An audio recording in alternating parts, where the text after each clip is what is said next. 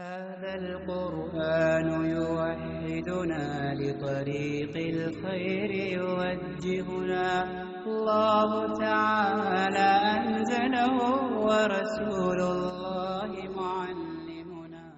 الحمد لله رب العالمين والصلاة والسلام على رسوله محمد وعلى آله وأصحابه أجمعين، أما بعد، فأعوذ بالله السميع العليم من الشيطان الرجيم. بسم الله الرحمن الرحيم.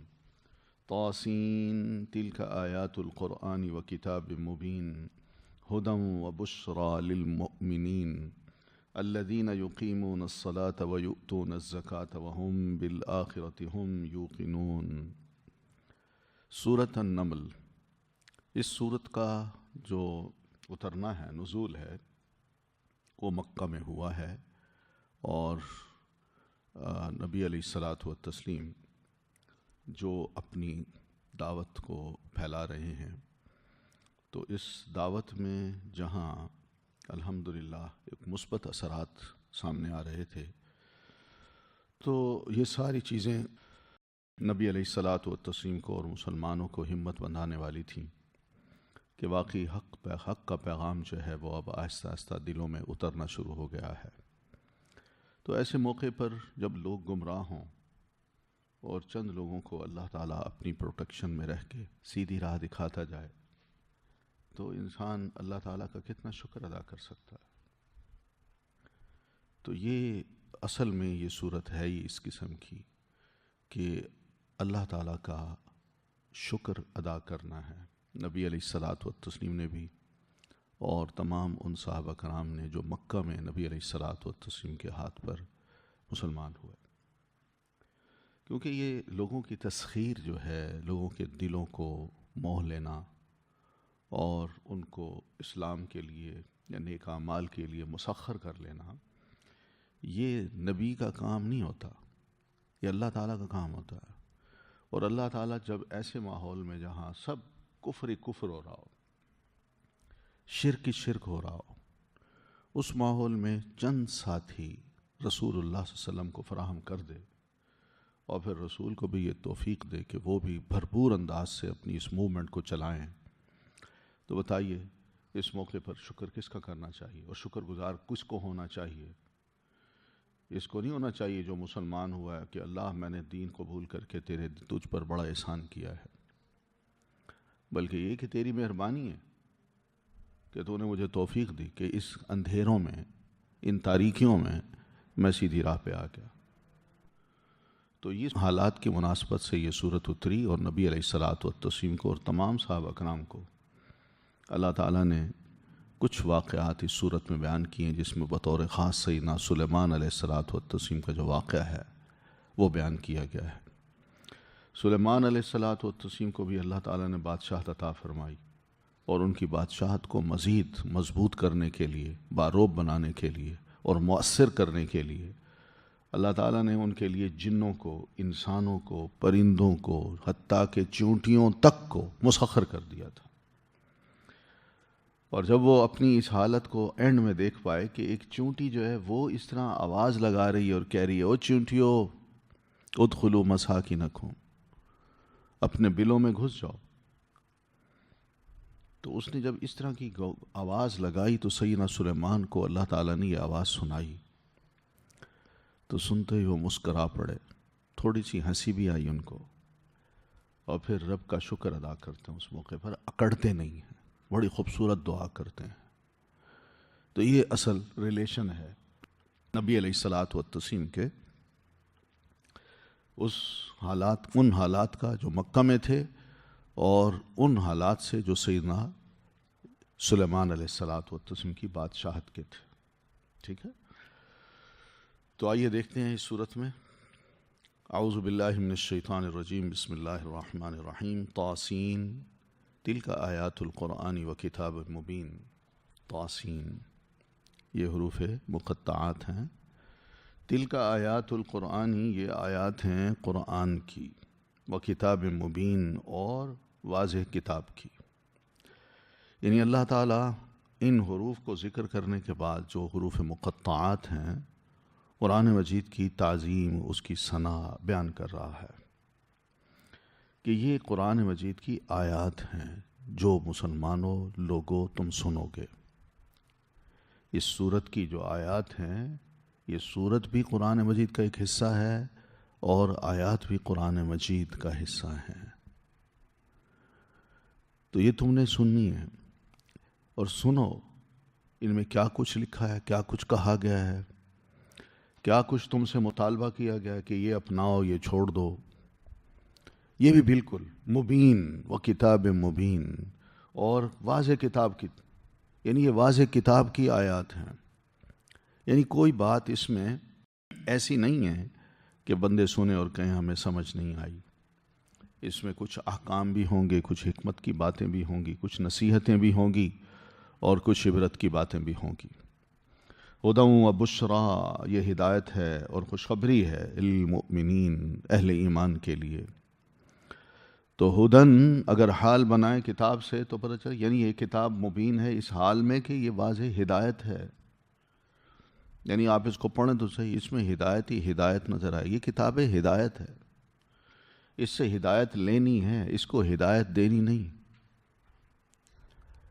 اپنے دماغ کو اس کے انڈر کرنا ہے، اس کو اپنے دماغ کے انڈر نہیں کرنا، تب ہدایت نصیب ہوگی۔ یا پھر اس کو یوں کہہ دیجیے فیہ ہدن، یعنی اس کتاب میں ہدایت ہے، فیہ ہاں چھپا ہوا ہے کہ اس کتاب میں ہدایت ہے، وبشریٰ اور خوشخبری ہے للمؤمنین، اہل ایمان کے لیے۔ یعنی جو مان لیں گے اس کتاب کو، اس کتاب کو، یہ کتاب پھر ان کو راہ دکھائے گی، گمراہی سے بچائے گی، اور ان مومنوں کو خوشخبری بھی سنائے گی کہ اللہ کی رحمت اور اس کی رضا اب تمہیں حاصل ہوگی۔ مگر یہ مومن کون ہیں؟ ان کی صفات یہ بتائی ہیں کہ الذین یقیمون الصلاۃ، یہ وہ ہیں جو نماز قائم کرتے ہیں، وَيُؤْتُونَ الزَّكَاةَ، اور زکوٰۃ ادا کرتے ہیں۔ یعنی نماز کو قائم کرتے ہیں کا مطلب کیا ہے کہ یعنی نماز کو اس کے پورے ارکان، اس کے پورے واجبات، اور اچھی طرح وضو کر کے، اور پھر اس کے بعد نماز کی حالت میں جب کھڑے ہوتے ہیں تو پورا خشوع ان پر طاری ہوتا ہے، یعنی بڑے اطمینان کے ساتھ، سکون کے ساتھ، اعتدال کے ساتھ، باجماعت وہ نماز قائم کرتے ہیں، اور پھر وقت پہ پڑھتے ہیں۔ جب اس کا وقت آ جاتا ہے تو اس وقت اس نماز کی حفاظت کرتے ہوئے وہ وقت پہ جب پڑھتے ہیں تو یہ بھی نماز کی ایک قیام ہوتا ہے، اقامت ہوتی ہے۔ وَيُؤْتُونَ الزَّكَاةَ، اور وہ ادا کرتے ہیں زکوٰۃ کو، جو اللہ تعالیٰ نے ان کے مال میں فرض کی ہے زکوٰۃ۔ جیسے جس قسم کا بھی مال ہے تو اللہ تعالیٰ نے اس کا نصاب بھی مقرر کیا ہوا ہے، تو وہ اس کی زکوٰۃ بھی ادا کرتے ہیں۔ پھر وَهُمْ بِالْآخِرَةِ هُمْ يُوقِنُونَ، اور وہ آخرت پر یقین رکھنے والے ہیں، یعنی ان کو یقین ہے کہ ایک نہ ایک دن انہوں نے مر کے اپنے رب کی طرف لوٹنا ہے، اور پھر قیامت کے روز ہم نے دوبارہ زندہ ہونا ہے، اللہ تعالیٰ نے ہم سب کا حساب کتاب لینا ہے۔ اس لیے ہم یہ نیک کام کرتے ہیں جس سے ہمیں امید ہے کہ کل قیامت کو اللہ ہمیں معاف کر دے گا، بخش دے گا، اور اپنے رحم و کرم سے ہمیں اپنی جنت میں داخل کرے گا۔ یہ ہے وَهُمْ بِالْآخِرَةِ هُمْ يُوقِنُونَ کا مطلب۔ ان الذین لا یؤمنون، بے شک وہ لوگ جو نہیں ایمان لاتے، بالآخرۃ، آخرت پر، زینا، خوبصورت بنا دیا ہم نے، لہم، ان کے لیے، اعمالہم، ان کے اعمال کو، فہم، تو وہ، یعمہون، وہ بھٹکتے پھرتے ہیں۔ یعنی جو آخرت پر ایمان نہیں رکھتا تو پھر ان کے اس کفر کی جزا جو ہے ہم دنیا میں ان کو یہی دیتے ہیں کہ ان کے لیے دنیا کا ایک ایک عمل جو وہ اختیار کر چکے ہیں، ان اعمال کو ہم ان کے لیے بڑا خوبصورت بنا دیتے ہیں۔ ہر عمل کو وہ سمجھتے ہیں کہ کیا زبردست کیا ہم نے۔ یعنی قیامت کے دن کو اور قیامت کے دن حساب کتاب کو، حتیٰ کہ دوبارہ جی اٹھنے کو، وہ بڑا بعید سمجھتے ہیں، کہتے ہیں یہ ناممکن ہے۔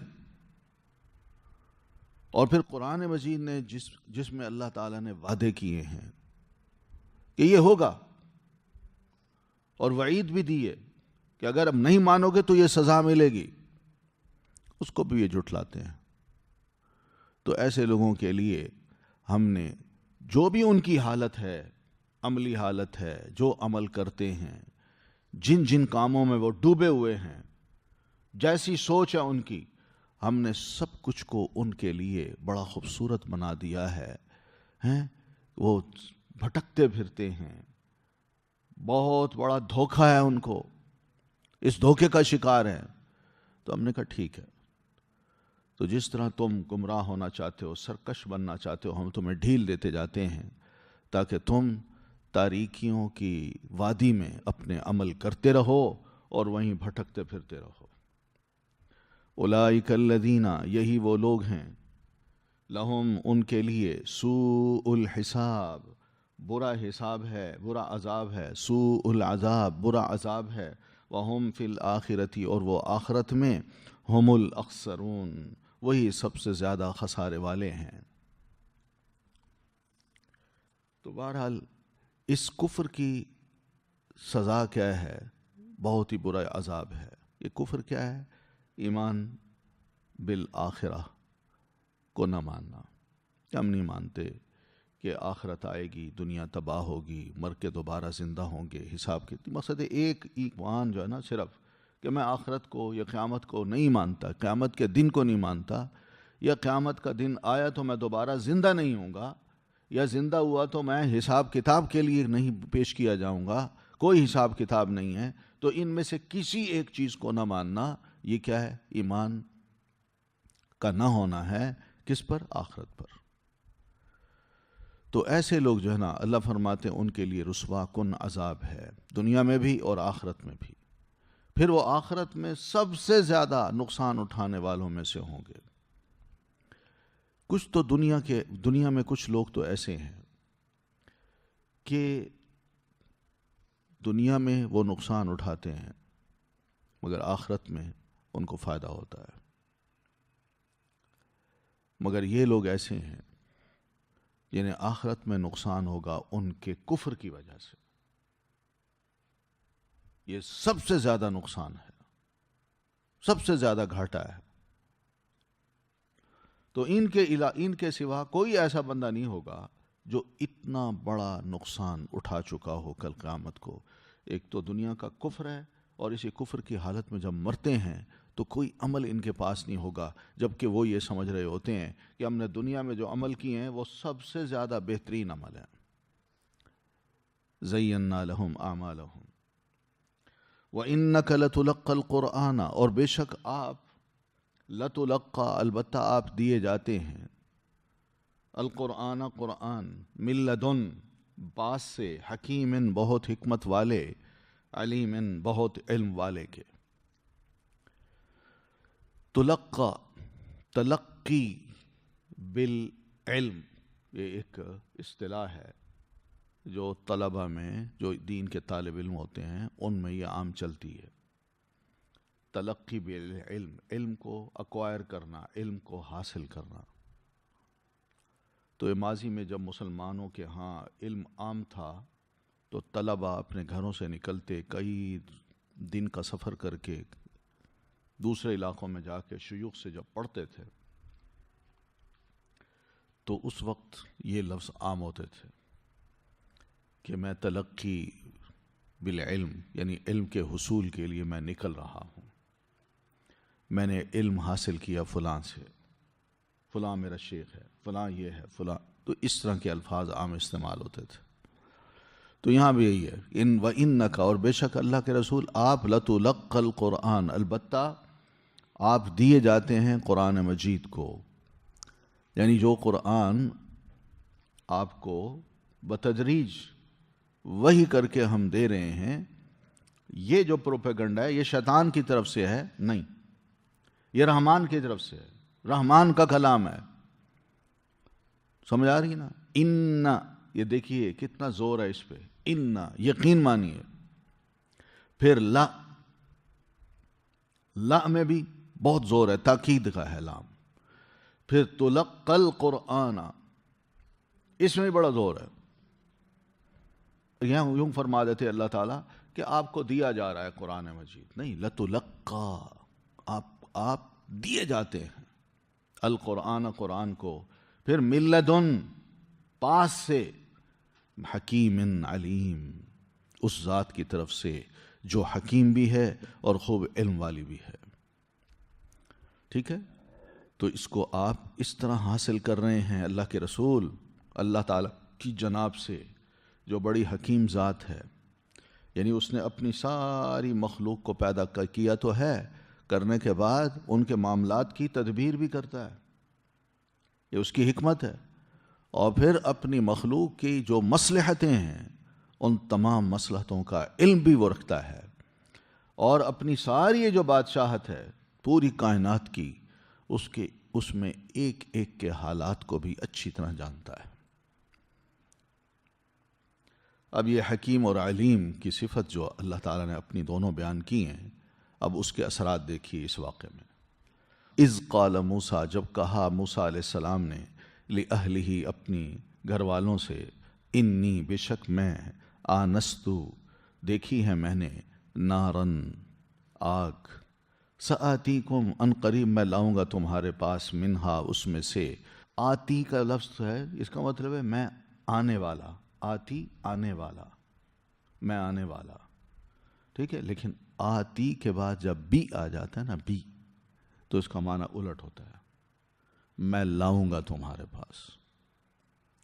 ٹھیک ہے، آتیکم بشہاب سآتیکم منہا بخبر. ٹھیک ہے نا، تو یہاں کیا ہے، میں لاؤں گا تمہارے پاس، بشہاب ایک انگارہ، قبس جلتا ہوا، لعلکم شاید تاکہ تم، تصطلون تاپ سکو. اب یہاں موسیٰ علیہ السلام کی وہ خبر یا وہ واقعہ جو مدین سے مصر جاتے ہوئے رونما ہوا، اس کا ذکر اللہ تعالیٰ نے فرمایا ہے. اللہ تعالیٰ کس طرح جانتا ہے، علیم کس طرح علیم ہے، اذ جب. ٹھیک ہے، یعنی اس وقت بھی اللہ تعالیٰ خوب جانتا تھا جب سیدنا موسیٰ علیہ السلام اپنی وائف کے ساتھ مدین سے نکل کے مصر جا رہے تھے، تو اس طرح جب راستے میں رات آئی اور پھر شدت ٹھنڈ کی بھی تھی، سردی کی بھی تھی، اور اس صورت میں ان کے پاس کوئی ایسا مکان نہیں تھا، راستے میں صحرا تھا اور ریتلا علاقہ تھا، سخت سردی تھی. تو ایسی صورت میں سیدنا موسیٰ علیہ السلام کہتے ہیں اپنی وائف سے کہ انی آنست نارا، میں نے دیکھی ہے آگ. آنست کا یہ مطلب نہیں ہے میں نے آنکھ سے دیکھی ہے، بلکہ اس کا مطلب یہ ہے کہ میں نے محسوس کی ہے کہ ادھر کوئی آگ ہے. ٹھیک ہے، یوں نہیں کہا رأیتو میں نے دیکھی ہے، آنستو یعنی میں مانوس ہوا ہوں، مجھے انس سا ہوا ہے، یعنی مجھے محسوس ہوا ہے. نارن آگ، سآتیکم تو آپ یہیں بیٹھیں، میں ان قریب لاؤں گا کم آپ کے پاس، منہا اس آگ میں سے، بخبر ان کوئی خبر. تو میں وہاں جاتا ہوں، وہاں کوئی آگ جو جل رہی ہے، ضرور ادھر ادھر کوئی لوگ ہوں گے، ان سے جا کے زیادہ سے زیادہ میں یہ پوچھ لوں گا کہ ہم نے مصر جانا ہے، کون سا راستہ ہے جو ہم اختیار کریں. رات کا اندھیرا ہے تو ہم بہرحال اگر چلتے رہیں تو زیادہ بہتر ہے. تو آپ ذرا ٹھہریں، میں ابھی آتا ہوں. یا پھر دوسرا فائدہ یہ بتایا، او آتیکم بشہاب قبس، یا میں لاؤں گا تمہارے پاس ایک انگارہ جلتا ہوا، تاکہ پھر اس کو میں یہاں لاؤں اور لا کے پھر ہم اپنی آگ جلائیں. اور آگ جلانے سے فائدہ کیا ہوگا، لعلکم تصطلون تاکہ تم تاپ سکو، یعنی گرمی حاصل کر سکو، ماحول ذرا گرم ہو جائے، سخت سردی ہے. تو شہاب کس کو کہتے ہیں، یعنی ایسا شعلہ جو روشن ہو، جلتا ہوا ہو، جلتا ہوا شعلہ. قبس ہے، یہی معنی اس کا، یعنی ایسی آگ جو جلتی ہوئی ہو. تو روشن شعلہ جلتا ہوا یہ مراد ہے. پھر لعلکم تصطلون، تا جو ہے یہاں اصل میں تا تھی، ٹھیک ہے، تا تستلون، ٹھیک ہے. تو صاد کی وجہ سے طا بن گئی. یہ تھوڑا سا عربی زبان میں اس کا خیال کیا جاتا ہے، لیکن اس کا مطلب کیا ہے کہ تاپنا، گرمی حاصل کرنا، تاکہ تم تاپ سکو، گرمی حاصل کر سکو.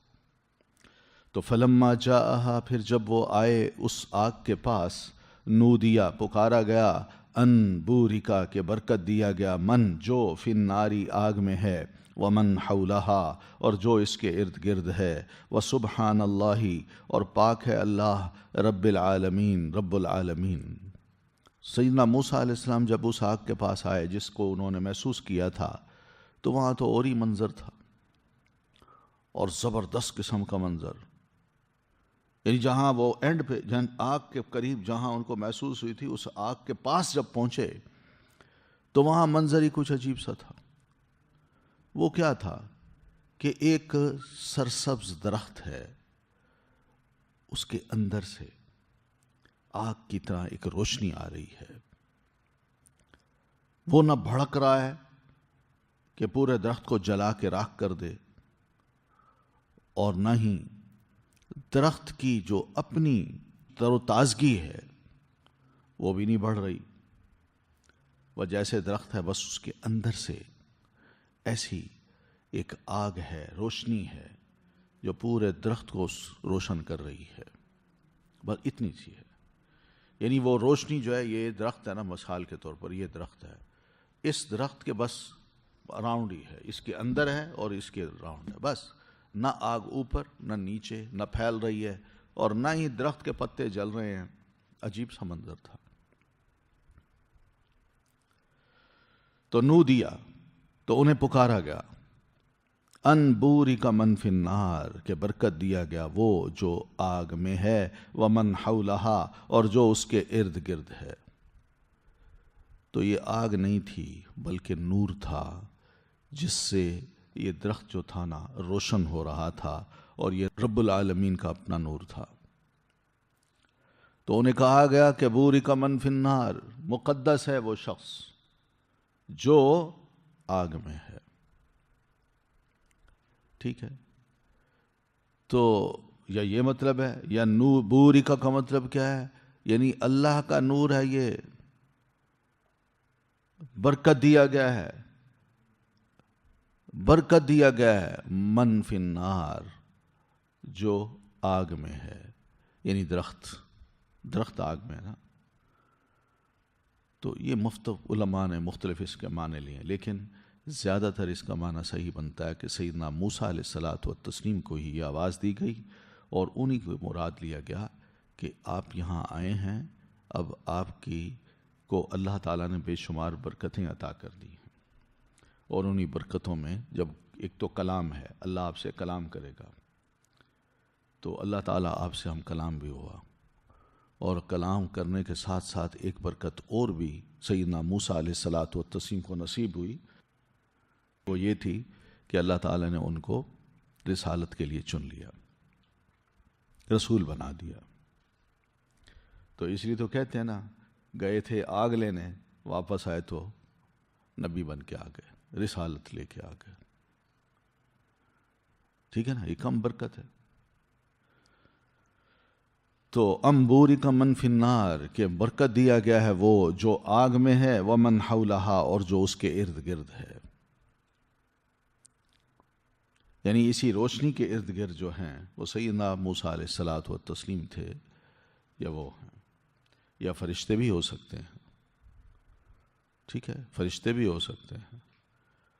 تو بہرحال اس سے درخت بھی علماء مراد لیتے ہیں، بورک من فی النار، اور اس سے ماحول جو ارد گرد کا ہے اس سے پھر سیدنا موسیٰ علیہ السلام اور فرشتے مراد لیتے ہیں، یا پھر مراد وہی ہیں سیدنا موسیٰ علیہ الصلاۃ والتسلیم. وسبحان اللہ، اور پاک ہے اللہ، رب العالمین، جو رب العالمین ہے. یعنی اللہ تعالیٰ کی ذات ہر عیب سے پاک ہے، وہ سب سے بلند تر بھی ہے، سب سے عظیم ہستی بھی ہے، وہ آسمانوں کا نور بھی ہے اور زمین کا نور بھی ہے، وہ اکیلا ہے، بے نیاز ہے، اس جیسی کوئی ہستی نہیں۔ جیسے ظالم لوگ، مشرک لوگ اللہ تبارک و تعالیٰ کو بیان کرتے ہیں، اللہ ویسا نہیں ہے۔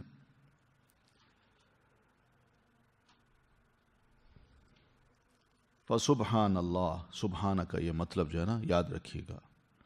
حدیث میں بھی نبی علیہ الصلاۃ والتسلیم فرماتے ہیں کہ سیدنا ابو موسیٰ اشعری رضی اللہ تعالیٰ عنہ یہ فرماتے ہیں کہ قام فینا رسول اللہ صلی اللہ علیہ وسلم بخمس کلمات، کہ اللہ کے رسول صلی اللہ علیہ وسلم ہمارے درمیان کھڑے ہوئے اور آپ نے ہمیں 5 باتیں ارشاد فرمائیں۔ ان میں ایک یہ تھی کہ ان اللہ عز وجل لا ینام ولا ينبغی لہ ان ینام، کہ اللہ تعالیٰ بالکل نہیں سوتے اور نہ ہی ان کے لیے مناسب ہے کہ وہ سوئیں۔ یخفض القسط ویرفعہ، وہ قسط کو یعنی انصاف کو اونچا نیچا کرتے رہتے ہیں۔ کیا مطلب؟ کبھی اس کو انصاف دے دیا مظلوم کو، کبھی ظالم کو سزا دے دی، یہ بھی انصاف ہوتا ہے۔ یرفع الیہ عمل اللیل قبل عمل النہار، دن کے اعمال سے پہلے بندوں کے رات کے اعمال اس کی طرف اٹھائے جاتے ہیں۔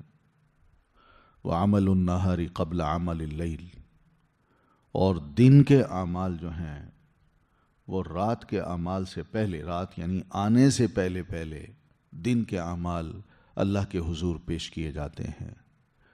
حجابہ النور، اللہ تعالیٰ کا جو حجاب ہے وہ نور ہے، نور۔ اور ایک روایت میں ہے النار، کہ اللہ تعالیٰ کا حجاب آگ ہے، وہ ایک مخصوص آگ ہے۔ لو کشفہ، اگر اللہ اس حجاب کو کھول دے تو لأحرقت سبحات وجہہ، تو اللہ تعالیٰ کے چہرے کی جو سبحات ہیں، یعنی اس کی جو پاکیزگی ہے، اللہ تعالیٰ کے چہرے کی جو پاکیزگی ہے، اس کا جو نور ہے، اس کی پاکیزگی کا نور، وہ ساری چیزوں کو جلا کے راکھ کر دے۔ منتہا الیہ بصرہ من خلقہ، جہاں تک بھی اللہ تعالیٰ کی نگاہ اپنی مخلوق تک جا پہنچے، وہ بس جہاں تک اس کی نگاہ پہنچے گی سب کچھ راکھ ہو جائے گا۔ تو اللہ تعالیٰ کی ہستی ایسی ہے، اس لیے اس نے اپنے آپ کو حجاب میں رکھا ہوا ہے، اور اس کا حجاب صرف نور ہے۔ یہ نور ذرا ہٹ جائے تو پھر ہر شے اللہ تعالیٰ کے اس نور کو برداشت نہ کر سکے، وہ جل کے راکھ ہو جائے۔ تو اس لیے جو کہا جاتا ہے جی میں اللہ تعالیٰ کو دیکھتا ہوں، اللہ مجھ سے بات کرتا ہے، یا اللہ میرے پاس آیا یا میں اس کے پاس چلا گیا،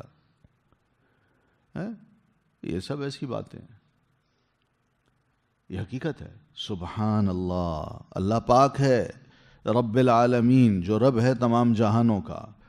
اب بات فرمائی، یا موسیٰ، اے موسیٰ، انہو، سنو، بے شک انا، میں ہی، اللہ ہوں، العزیز، نہایت زبردست، الحکیم، بہت حکمت والا۔ اب یہ اللہ تعالیٰ آپ سے ہم کلام ہو رہے ہیں، یہ ہے برکت کہ اللہ فرماتے ہیں، موسیٰ آپ یہاں آئے ہیں، سنیے میں آپ سے جو بات کر رہا ہوں میں کون ہوں، یعنی آپ دیکھ رہے ہیں آوازیں آ رہی ہیں، کوئی مجھ سے بات کر رہا ہے، اور پکارا بھی گیا مجھے کہ ان بورک من فی النار ومن حولہا وسبحان اللہ رب العالمین۔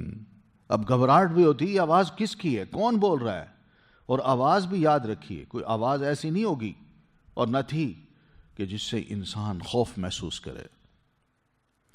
اللہ تعالیٰ خوبصورت ہے، اس کی ہر ادا خوبصورت ہے، اس کی آواز بھی بڑی خوبصورت ہے۔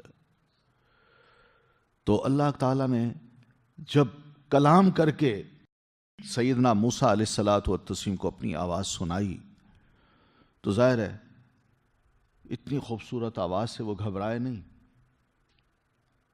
یہ یاد رکھیے، کیونکہ بندہ رات کا وقت ہو، تنہائی ہو، اور عجیب و غریب منظر اس کے سامنے اور وہاں سے آواز آ رہی ہو تو بندہ ظاہر ہے گھبرا جاتا ہے. آواز بھی ایسی نہیں تھی کہ خدا نہ خواستہ کوئی خوف نہ، بلکہ بڑی خوبصورت آواز تھی. اب ان کو جب اطمینان ہوتا ہے تو اللہ تعالیٰ فرماتے ہیں یا موسیٰ، ہم نے ڈائریکٹ اب موسیٰ علیہ الصلوۃ والتسلیم سے بات کرتے ہوئے کہا اے موسیٰ انہ انا اللہ، سنو، حیران نہ ہو، پریشان نہ ہو کہ کون بول رہا ہے، یقین مانو کہ انا اللہ، میں اللہ ہوں، بولنے والا اللہ ہوں. اور میں اللہ کون ہوں؟ العزیز، جو نہایت زبردست ہوں، الحکیم، بہت حکمت والا ہوں. یعنی میرا جو کنٹرول ہے، غلبہ ہے، وہ سب پر ہے. آپ بھی اس وقت میرے کنٹرول میں ہیں. اور پھر حکیم بھی ہوں، بہت حکمت والا ہوں. تو یہ لفظ جو اللہ تعالیٰ نے فرمائے العزیز، میں اللہ ہوں، عزیز ہوں، تو یہ اصل میں سیدنا موسیٰ علیہ السلام کو یہ باور کرانا تھا کہ کسی اور کو عزیز نہ سمجھیے گا، کہ کوئی اور بھی غلبے والا ہے. مراد یہ کہ آپ مصر جا رہے ہیں تو مصر میں فرعون کی حکومت ہے. فرعون کی حکومت اور اس کی شان و شوکت سے مروب ہونے کی ضرورت نہیں. وہ عزیز نہیں ہے، غلبہ میرا بھی اس پر بھی ہے، آپ پر بھی ہے. اور پھر اس فرعون کے جتنے بھی سرکش نمائندے ہیں، چاہے اس کے وزراء ہوں یا مشیر ہوں، ان سب پر بھی میرا غلبہ ہے. اور پھر فرمایا الحکیم، میں حکیم بھی ہوں. حکیم کا کیا مطلب؟ یعنی میں نے جس طرح انبیاء کرام کی ترتیب رکھی ہے کہ ان کو ان مواقع پر میں نے زندہ رکھنا ہے، ان حالات میں اس رسول کو پیدا کرنا ہے، پھر ان حالات میں وہ بڑا ہوگا، اور بڑا ہونے کے بعد اس کے سر پر اس رسالت کا تاج رکھوں گا اور اس سے میں دین کا کام لوں گا. تو یہ میں حکیم ہوں. تو باور کرا دیا سیدنا موسیٰ علیہ الصلوۃ والتسلیم کو کہ میں اللہ غالب بھی ہوں اور ہر کام میں حکمت سے کر رہا ہوں. وَأَلْقِ عَصَاكَ، اور ڈالیے آپ اپنی لاٹھی. فَلَمَّا، تو جب رآ، اس نے دیکھا، یعنی انہوں نے جو ہی لاٹھی ڈالی، رآ، اس نے دیکھا، ہاں، اس لاٹھی کو، تہتز، کہ وہ حرکت کرتی ہے، کأنہا، گویا کہ وہ جانٌ، سانپ ہے، واللہ، وہ منہ موڑ گیا، مدبرن، پیٹھ پھیرتے ہوئے، ولم یعقب، اور نہ اس نے پیچھے مڑ کر دیکھا. یا موسیٰ، اے موسیٰ، لا تخف، مت ڈرو، انی، بے شک میں، لا یخاف، نہیں ڈرا کرتے، لدیہ، میرے پاس، المرسلون، رسول. دیکھیں ایک ایک لفظ قابل غور ہے. ہاتھ میں لاٹھی تھی، اللہ نے فرمایا اس لاٹھی کو ذرا زمین پہ گرا دیجیے. جو ہی گرایا تو سیدنا موسیٰ علیہ السلام اپنی آنکھوں سے دیکھتے ہیں کہ وہ لاٹھی تو حرکت کرنے لگ گئی ہے، اور حرکت کرتے کرتے ایک سانپ بن گئی ہے. کأنہا جان، تو وہ تو سانپ بن گئی ہے، کیونکہ لاٹھی لکڑی تو حرکت نہیں کرتی، اس کے اندر جان پڑ گئی، اور وہ جو حرکت کر رہی ہے تو ایسے لگا ان کو کہ یہ تو کوئی سانپ ہے. اور واقعی وہ سانپ ہی بن گیا تھا، کیونکہ ہم دیکھتے ہیں قرآن مجید میں بہت سے مقامات پر لاٹھی پھینکی، وہ سانپ بن گیا. تو جان کہتے ہیں ایسی سانپ کو جو بالکل یعنی پتلا ہو، جو پتلا ہو، اور پھر وہی پتلا سانپ آہستہ آہستہ دیکھتے ہی دیکھتے موٹا ہو جائے، بڑا ہو جائے، تو وہ ثعبان بن جاتا ہے. تو یہ سب کیفیتیں قرآن مجید میں آئی ہیں. کہیں کا ہے حیتن، حیہ کہتے ہیں یعنی سے پتلا سا سانپ، اور جان ذرا اس سے بڑا، موٹا، ذرا تھوڑا سا موٹا اور لمبا. پھر اسی طرح ثعبان، وہ سانپ جس کو اژدہا کہتے ہیں. تو یہ ساری کیفیات جو تھیں اس لاٹھی کے ساتھ ہوتی تھی. تو واللہ مدبرن، تو وہ منہ موڑ گئے پیٹھ پھیرتے ہوئے. بس جو ہی دیکھا وہ لاٹھی میں نے ڈالی ہے تو میں نے ہاتھ میں سانپ پکڑا ہوا تھا، وہ تو سانپ بن گیا اور ہل رہا ہے. تو خوف کھا گئے، منہ موڑا، لگے بھاگنے، اور ایسے بھاگے کہ وَلَمْ يُعَقِّبْ، پیچھے مڑ کے بھی نہ دیکھا۔ تو اس موقع پہ اللہ فرماتے ہیں یا موسیٰ، اے موسیٰ لا تخف، مت ڈرو۔ آواز ہے بڑی خوبصورت ہے، آواز کا خوف نہیں ہے، وہ دل لبھاتی ہے، پسند آتی ہے، اور یہی خوبصورت آواز ان کو حوصلہ بھی دیتی ہے، کیونکہ ڈرنا کسی بات کا۔ تو فرمایا انی لا یخاف، بے شک میں، لا یخاف لدی، نہیں ڈرا کرتے میرے حضور، المرسلون، رسول۔ یعنی جس طرح آپ سانپ سے ڈر رہے ہیں، اس طرح میرے رسول مجھ سے نہیں ڈرتے۔ تو یہ جو لفظ ہے آپ اندازہ کیجئے، یعنی کیا مطلب ہے اس کا؟ یہ گفتگو جو اللہ تعالیٰ فرما رہے ہیں، یہ گفتگو ہی رسالت کا منصب ہے، اور رسالت کا منصب ان کو حاصل ہو چکا، اور انہوں نے جو ہی یہ لفظ سنے کہ ہاں اللہ تعالیٰ کے ہاں رسول نہیں ڈرتے، کیا مطلب؟ میں رسول ہوں، مجھے اللہ نے رسول بنا دیا ہے۔ تو الا من ظلم، سوائے اس کے جس نے ظلم کیا، ثم بدل، پھر اس نے بدل دیا، حسنا، نیکی سے۔ تو یہاں بتایا الا کا مطلب سوائے۔ پہلے تو یہ بتا دیا کہ جناب موسیٰ علیہ الصلاۃ والتسلیم، آپ میری حفاظت میں ہیں، آپ میری نگرانی میں ہیں، آپ کا بچانا مختلف ایذا سے، سانپوں سے آپ کو بچانا، یہ میرا کام ہے۔ تو اس لیے کیوں ڈر رہے ہیں؟ آپ تو رسول ہیں۔ خوشخبری بھی دے دی گئی اسی جملے میں کہ ہم نے آپ کو اپنی رسالت اور نبوت کے لیے چن لیا ہے، اور یہ سب ابھارا جو ہے اس لیے ابھارا ہے کہ تاکہ ان کے اندر سے خوف نکل جائے، کیونکہ خوف کے ساتھ رسالت کا فرض ادا نہیں ہوتا۔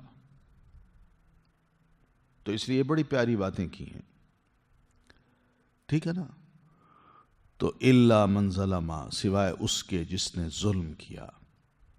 یہ وہ دروازہ ہے جو بہت ہی بڑا ہے، جس کو امید کا دروازہ کہتے ہیں، کہ جو ظالم ہے وہ بھی، اس کے لیے بھی دروازہ کھلا ہے کہ ثم بدل حسنا، پھر ظلم کے بعد وہ بدل دیتا ہے اس ظلم کو نیکی سے، بعد سوء، ان بعد برائی کے۔ یعنی جو ہی ظلم کیا، کوئی گناہ کیا، کوئی برائی کی، پھر احساس ہوا کہ غلطی کی ہے، پھر اس برائی کو وہ نیکی سے بدل دیتا ہے، توبہ کر لیتا ہے، فَإِنِّي غَفُورٌ الرحیم، تو بے شک میں بھی بہت بخشنے والا ہوں اور رحم کھانے والا ہوں، یا رحم کرنے والا ہوں۔ تو یہاں اصل میں تھوڑا سا اشارہ بھی ہے کہ سیدنا موسیٰ علیہ السلام، آپ سے بھی ماضی میں ایک گھونسے سے بندہ مارا گیا تھا، اور جس کی وجہ سے شاید آپ کے دل پہ بوجھ ہے کہ میں نے کسی انسان کو مارا ہے، تو آپ شاید سمجھتے ہیں کہ میں نے ظلم کیا ہے، زیادتی کی ہے۔ تو یہ ظلم اور زیادتی اب ختم، مٹ جائے گی، بس آپ اس کو بدل دیجئے نیکی میں، سب کچھ ختم ہو جائے گا، ماضی کو اللہ تعالیٰ پاک اور صاف کر دے گا، ٹھیک ہے؟ تو یہ سیدنا موسیٰ علیہ السلام کو بھی ہوپ دلائی، اور پھر اس کے ساتھ ساتھ ان کو جو میسج دے دیا کہ مستقبل میں بھی کبھی ایسے انسانوں کے ساتھ یا خود آپ کے ساتھ کوئی ایسا معاملہ پیش آ جائے تو پھر بھی امید کے دروازے کو بند نہ سمجھیے گا، امید کا دروازہ کھلا ہے۔ وَأَدْخِلْ يَدَكَ، اور داخل کیجئے آپ اپنا ہاتھ، فی جیبک، اپنے گریبان میں، فرمایا جیب میں ہاتھ ڈالیے۔ اس وقت جو قمیصیں نہیں ہوتی تھیں، بس یہ یوں کپڑا ہے اوپر اوڑھا ہوا ہے، تو یہاں گریبان میں نا ہاتھ یوں ڈالیے آپ۔ تو اللہ نے فرمایا ڈالیے، تو انہوں نے ڈالا، تو پہلے بتا دیا کہ تخرج بیضاء، وہ نکلے گا سفید، روشن، چمکتا ہوا۔ یعنی ہاتھ ڈال کے جب اس کو نکالیں گے تو آپ کو محسوس ہوگا کہ میرا ہاتھ وہ نہیں ہے، یہ تو بلب کی طرح چمک رہا ہے، روشن ہے۔ لیکن یہ جب نکلے گا تو مت محسوس کیجیے گا کہ مجھے کوئی بیماری ہو گئی ہے. من غیر سوء، بغیر کسی مرض اور تکلیف کے وہ آپ کا ہاتھ جو ہے وہ اس طرح چمکتا ہوا باہر نکلے گا. کبھی خیال آتا ہے نا، او ہو میرا ہاتھ تو اچھا بھلا تھا، یہ میں بیچ میں ڈالا واپس آیا تو یہ کیا ہو گیا ہاتھ کو، یار تو بیماری ہو گئی ہے، کہیں کوئی برس کی بیماری تو نہیں، کوئی اور تکلیف تو نہیں ہو گئی، یہ میرے ساتھ کیا ہو گیا ہے، یہ کون میرے ساتھ یہ سب کچھ کر رہا ہے، یہ تو مجھے مصیبت میں ڈال رہا ہے، میں تو اچھا بھلا تھا. تو اللہ تعالیٰ نے پہلے ہی سمجھا دیا کہ دیکھیے آپ اپنا ہاتھ اپنے گریبان میں ڈالیں گے، بس آپ نکالیں گے تو یہ چمکتا ہوا باہر نکلے گا اور اس میں کسی قسم کی کوئی بیماری نہیں ہوگی. تسلی دلا دی. تو حضرت موسیٰ علیہ السلام نے ایسا ہی کیا، واقعی وہ ہاتھ جو نا بالکل چمک رہا تھا. پھر اس میں ڈالا، پھر نکالا تو ٹھیک تھا. تو اللہ فرماتے ہیں فی 9 آیات، ہم نے آپ کو مستقبل میں 9 نشانیاں دینی ہیں. ان 9 نشانیوں میں سے یہ 2 نشانیاں ہیں، آپ ان کو لے جائیے. کس کی طرف؟ الی فرعون، فرعون کی طرف، وقومہ، اور اس کی قوم کی طرف. ان کو قائل کیجئے کہ میں اللہ کا رسول ہوں، اور رسول اللہ ہونے کے ناطے سے میں تمہیں 2 نشانیاں دکھا سکتا ہوں جو اس بات کی علامت ہے کہ میں واقعی اللہ کا رسول ہوں.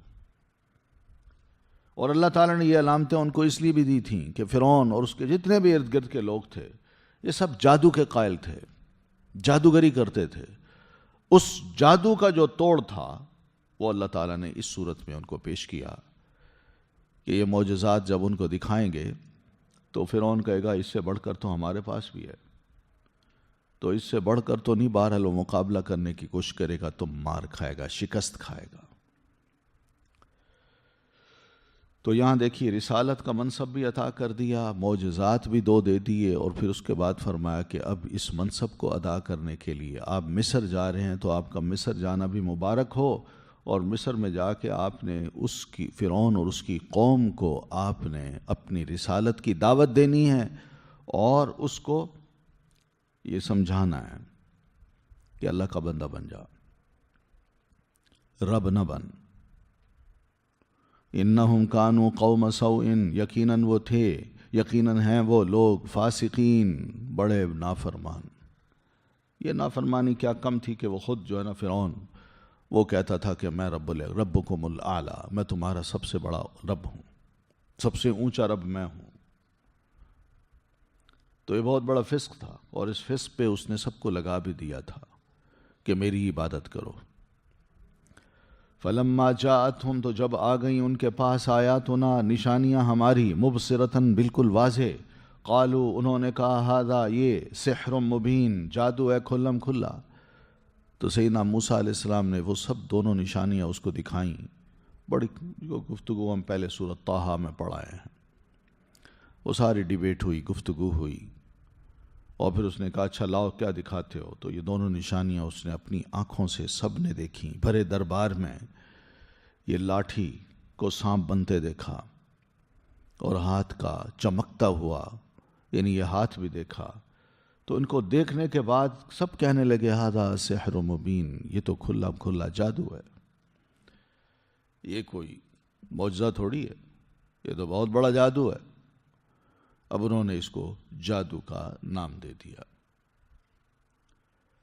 وجحدوا بها، اور انہوں نے انکار کیا ان کا، واستيقنتها، حالانکہ یقین کر لیا تھا اس کا، انفسهم، ان کے دلوں نے، ظلماً، ظلم کرتے ہوئے، وعلوا، اور سرکشی کرتے ہوئے. فانظر، تو دیکھو، کیف کان، کیسے ہوا، عاقبۃ المفسدین، انجام فساد کرنے والوں کا. یعنی انہوں نے ان معجزات کو دیکھا اور انکار کر دیا صاف، لیکن ان کے دل کی حالت کیا تھی، وَاسْتَيْقَنَتْهَا أَنفُسُهُمْ، حالانکہ یقین کر لیا تھا ان کا، ان کے دلوں نے، یعنی ان کے دل مانتے تھے کہ یہ واقعی معجزہ ہے، یہ جادو نہیں ہے. تو جہد کا مطلب کیا ہے؟ ڈھٹائی سے انکار کرنا. لم کا جو لفظ ہے نا، یہ بھی جہد کے لیے آتا ہے. لم یضرب، اس نے نہیں مارا، واضح طور پر انکار کرنا. تو انہوں نے انکار کر دیا ان معجزات کا. کہتے ہیں معجزات نہیں ہیں بلکہ کیا ہے؟ جادو ہے. جبکہ وَاسْتَيْقَنَتْهَا أَنفُسُهُمْ، اور یقین کر لیا تھا ان کے دلوں نے کہ یہ واقعی اللہ کی طرف سے بہت زبردست معجزات ہیں، برحق ہیں، مگر وہ انکار کر بیٹھے. کیوں انکار کیا؟ ظلمًا وعلوا، ظلم کرتے ہوئے اور سرکشی کرتے ہوئے، یعنی اپنے آپ کو بڑا سمجھتے ہوئے اور تکبر کرتے ہوئے کہ ہم موسیٰ علیہ الصلوۃ والتسلیم جو بنو اسرائیلی ہیں اور ہمارے غلام ہیں، ان کو ہم رسول مان لیں. یہ نہیں ہو سکتا. بس یہ تھا ایک بہت بڑا ظلم جو انہوں نے کیا، اپنے آپ کو بڑا سمجھا اور پھر علو، اپنے آپ کو بڑا اونچا سمجھا کہ ہم بڑی شے ہیں. تو بہرحال فرعون اور اس کی قوم نے اس طرح ان دو نشانیوں کو جھٹلا دیا، جبکہ انہیں یقین تھا کہ یہ اللہ کی طرف سے ہیں یہ نشانیاں. تو یہ جھٹلانا اس کی وجہ یہی تھی کہ وہ قوم بنی اسرائیل سے اور سیدنا موسیٰ علیہ السلام سے نفرت کرتا تھا، اور نفرت بھی تکبر کی وجہ سے، ظلم کی وجہ سے جو بنو اسرائیلیوں پر وہ کرتے رہتے تھے. اس کو پتا تھا کہ ہم بنو اسرائیلیوں سے کیا کیا فائدے اٹھا رہے ہیں. ان کو محکوم بنا رکھا ہے، غلام بنا رکھا ہے، اور ہر مزدوری کا کام ہم ان سے لیتے ہیں، اور ہمارے پاس سارے مناصب ہیں، سارے فوائد ہم ہی حاصل کرتے ہیں، جبکہ ان کو ہم نے محروم کر رکھا ہے. فانظر، تو دیکھیے، کیفا، کس طرح، کانا ہوا عاقبت المفسدین، انجام فساد کرنے والوں کا. تو اللہ تعالیٰ نے ان سے پھر کس طرح انتقام لیا. ٹھیک ہے. اور پھر جس کو جادوگر کہتے تھے وہ کس طرح غالب ہوا، یہ مطلب ہے. تو وہ سارا واقعہ ہم پہلے پڑھ چکے ہیں. بس اتنی بات یاد رکھیے کہ اللہ نے سیدنا موسیٰ علیہ الصلوۃ والتسلیم کو کس طرح وہ جا رہے تھے مدین سے نکل کے مصر کی طرف، آگ لینے گئے، نبوت سے سرفراز فرما دیا. اور جو چند ایک باتیں جو کی ہیں بڑی پیار اور محبت کی ہیں، جن سے ان کا حوصلہ بڑھا، رسالت بھی عطا کر دی، معجزات بھی دیے، خوبصورت کلام بھی کیا ان سے. اور کیا چاہیے؟ تو اللہ کے رسول آپ کو بھی اللہ تعالیٰ نے ان حالات میں اس رسالت کے کام کے لیے چنا ہے. وہ فرعون کے پاس گئے تھے، مکہ میں بھی فرعون صفت انسان موجود ہے، آپ ان کے پاس چاہیے. انہوں نے بنو اسرائیل کو غلام بنا کے رکھا تھا، ظلم کرتے تھے. تو یہ بھی بڑے بڑے ظالم جو سردار ہیں، ان کے پاس بھی جو غلام تھے وہ مسلمان ہوئے ہیں، یہ ان پر بھی ظلم کرتے ہیں، زیادتیاں کرتے ہیں. تو کہانی ایک جیسی ہے، تاریخ اپنے آپ کو دوبارہ دوہرا رہی ہے. تِلْكَ الْأَيَّامُ نُدَاوِلُهَا بَيْنَ النَّاسِ، یہ سب کام ہو رہا ہے. وَلَقَدْ آتَيْنَا دَاوُودَ، اور البتہ تحقیق عطا کیا ہم نے داؤد علیہ السلام کو، وسلیمان، اور سلیمان علیہ السلام کو، علم، یعنی دونوں کو ہم نے علم عطا کیا. وقالا، اور ان دونوں نے علم حاصل کرنے کے بعد کہا، الحمدللہ، تمام تعریف، تمام حمد و ثنا اللہ ہی کے لیے ہے. الذی، جس نے، فضلنا، فضیلت دی ہمیں، علی کثیر، اکثریت پر، من عبادہ، اپنے بندوں میں سے، المؤمنین، جو ماننے والے ہیں. یعنی علم عطا کیا. یہ علم کیا تھا؟ نبوت کا علم، وحی کا علم. تو یہ دین کا فہم، دین کی حکیمانہ باتیں، اور علم کا مطلب یہ بھی ہے کہ ایسا علم جس سے وہ فیصلہ کن بات کر سکیں. تو یہ سب علم ان کو عطا کیا، اور پھر یہ علم حاصل کرنے کے بعد وہ اکڑے نہیں ہیں، باوجود اس کے کہ ان کو نبوت دی، رسالت دی، اور بادشاہت دی، اور بھی بہت کچھ نوازا. لیکن اس سب کچھ کے باوجود دونوں نے کہا کہ الحمدللہ، تمام تعریف اللہ ہی کے لیے ہے۔ یعنی سیدنا داؤد علیہ الصلاۃ والتسلیم کو اللہ تعالیٰ نے جو علم دیا وہ یہی تھا کہ علمناہ صنعۃ لبوس لکم، یا ان کو ہم نے تم انسانوں جو تمہارا لباس ہے اس کی ٹیکنیک سکھائیں کہ کس طرح یہ لباس انسانوں کا بنانا ہے۔ اور بطور خاص جب میدان جنگ میں مجاہد جاتا ہے اور دشمن کے سامنے کھڑا ہو کے لڑتا ہے دو بدو ہو کے، تو اس کی تلوار کی ضرب اس کے جسم کو چھلنی کاٹ سکتی ہے۔ تو سیدنا داؤد علیہ الصلاۃ والتسلیم کو ان حالات میں ہم نے یہ علم دیا کہ آپ زرہ بنائیں، لوہے کو لیں، اس کی چھوٹے چھوٹے ٹکڑے جو ہے نا ایک دوسرے میں جوڑ کے ضم کر کے بہترین سی آپ ایک قمیص بنا لیں جو گردن سے لے کر ہاتھوں سمیت اور کمر اور نیچے تک کورڈ ہو، اور جب مجاہد وہاں جائے لڑنے کے لیے تو دشمن کی تلوار کا وار جب اس پہ پڑے تو اثر نہ کرے۔ تو یہ علم سیدنا داؤد علیہ الصلاۃ والتسلیم کو اللہ تعالیٰ نے دیا، تو وہ یہی کام کرتے تھے، وہ لباس بناتے تھے فوجی مجاہدین کا، اور اللہ تعالیٰ نے اس کام کے لیے ان کے ہاتھوں میں یہ ہمت اور طاقت پیدا کر دی کہ وہ جب لوہے کو لیتے تھے تو وہ موم کی طرح اس کو موڑتے جاتے تھے، پتلا بھی کر لیتے، موڑتے بھی تھے، کہاں اڑانا ہے وہاں بھی اڑا دیا، ایک دوسرے کے ساتھ جوڑ دیا، اور اس طرح وہ پورا لباس جو ہے نا وہ بنا لیتے تھے۔ سارے مجاہدین اسی لباس کو پہنتے تھے۔ اور دوسری طرف سیدنا سلیمان علیہ السلام کو کیا علم دیا کہ وہ پرندوں کی آواز کو سمجھ سکیں، جانوروں کی آواز کو سمجھ سکیں۔ تو پرندے اور جانور جو آپس میں گفتگو کرتے تھے تو سیدنا سلیمان علیہ السلام کو اللہ نے یہ علم دیا کہ اس کو وہ سمجھ سکیں، جان سکیں۔ یہ بھی بڑا زبردست علم ہے، ہاں؟ کیا زبردست علم ہے! یعنی آپ اندازہ کریں نا کہ گھر میں انسان بیٹھا ہو، جیسے پنجابی میں ویڑا کہتے ہیں نا، ویڑے میں بیٹھا ہو چارپائی پہ کھانا کھا رہا ہے، ادھر مرغا ہے، 4-5 مرغیاں ہیں، وہ آپس میں باتیں کر رہے ہیں، کتنا انسان انجوائے کرے گا، کیسے انسان سیکھتا ہے ان سے کہ یار اچھا یہ کیسی باتیں کر رہے ہیں۔ پرندے جانور جو بھی گفتگو کرتے تھے آپس میں، حتیٰ کہ چیونٹی تک، سیدنا سلیمان علیہ السلام ان کی ان باتوں کو سمجھ جاتے تھے۔ یہ ہے کہ ہم نے ان کو علم عطا کیا ہے۔ تو پھر اس علم کو حاصل کرنے کے بعد ان دونوں نے بڑی عاجزانہ رب کا شکر ادا کرتے یہ الفاظ کہے، الحمدللہ، تمام تعریف اللہ کے لیے ہے، الذی، جس نے فضلنا، فضیلت دی ہمیں، مگر اس کی بڑی مہربانی ہے کہ اس نے ان بہتوں میں ہمیں ہی چنا اور ہمیں یہ خاص طور پر علم عطا کر دیا۔ یہ اس کی خاص مہربانی ہے۔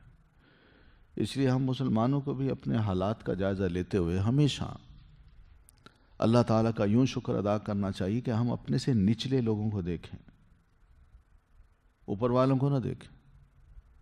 پھر پتہ چلتا ہے کہ واقعی اللہ نے بہت سے لوگوں پر ہم پر بڑی خاص مہربانی کی ہوئی ہے اور ہمیں بہت کچھ نوازا ہوا ہے۔ آپ صلی اللہ علیہ وسلم بھی یہی فرماتے ہیں کہ مسلمانوں ہمیشہ نیچے والے کو دیکھو، اپنے سے نیچے والے کو دیکھو، اپنے سے اوپر والے کو نہ دیکھو۔ اپنے سے نیچے والے کو دیکھو گے تو اللہ کا شکر ادا کر سکو گے، اور اپنے سے اوپر والے کو دیکھو گے تو اس کی ہوئی ساری مہربانیاں تمہیں بالکل معمولی نظر آئیں گی، اور کہو گے اللہ تو نے دیا کیا ہے مجھے، اس کو زیادہ دے رکھا ہے، مجھے کچھ نہیں دیا۔ شکر ادا کریں گے تو اللہ اور دے گا، ناشکری کریں گے تو جو ہے وہ بھی چھین لے گا۔ تو یہ مزاج ہوتا ہے، نیک انسان کا مزاج ہوتا ہے۔ اور دیکھیے سیدنا داؤد اور سلیمان یہ دونوں اس ساری نعمت کو پانے کے بعد اللہ کا یوں شکر ادا کرتے ہیں۔ مخلوق تو بہت ہے، مومن بہت ہیں، اس کے ماننے والے بھی بہت ہیں، مگر اس نے کیا کہ ان سارے مومنوں میں سے بہت سی جو اکثریت ہے ان میں سے ہمیں ہی چنا اور ہمیں ہی یہ نعمت عطا کر دی، ہم اس کا شکر کیوں نہ ادا کریں؟ ٹھیک ہے۔ یعنی یہ پتہ نہیں شاید آپ کے پاس کسی نے یہ لکھ کے بھیجا ہو کہ ایک نوجوان ہے، وہ کہتا ہے کہ میں اپنے دوست کو ملنے گیا جو گھر میں تھا، کئی دنوں کے بعد ہسپتال علاج کرا کے گھر آ گیا تو لیٹا ہوا ہے، تو اس کے ساتھ کوئی گیس کے سلنڈر بھی رکھے ہوئے ہیں۔ تو خیر اس کو میں نے دیکھا، وہ بیمار تھا، میں نے کیا ہوا، اٹھ کے آنے لگا تو میں نے کہا کیا ہوا، کہتا ہے میرے گردے دونوں خراب ہو گئے تھے، میں ہسپتال میں گیا اور وہاں انہوں نے کہا دونوں گردے ناکارہ ہو گئے، تو اب تم جس چیز کے ضرورت مند ہو وہ یہ ہے کہ تمہیں یہ آکسیجن لگے گی، تو یہ آکسیجن جو ہے ڈیلی ایک پورا جو بڑے سائز کا سلنڈر ہے وہ تمہاری ضرورت ہے، اور اس سلنڈر پہ میرے تقریباً 1200 روپے ڈیلی لگتے ہیں۔ پھر جو پانی ہے وہ میں ایک نہیں کئی بوتلیں پیتا ہوں، تو ان بوتلوں میں سے جو پیٹ میں جاتا ہے تو اس میں تھوڑا سا پانی تو باہر نکل آتا ہے، باقی پیٹ میں ہی رہ جاتا ہے، جس سے مجھے بڑی تکلیف ہوتی ہے، وہ پیشاب کے ذریعے باہر نہیں آتا، اس لیے میرا یہ جسم پھول جاتا ہے۔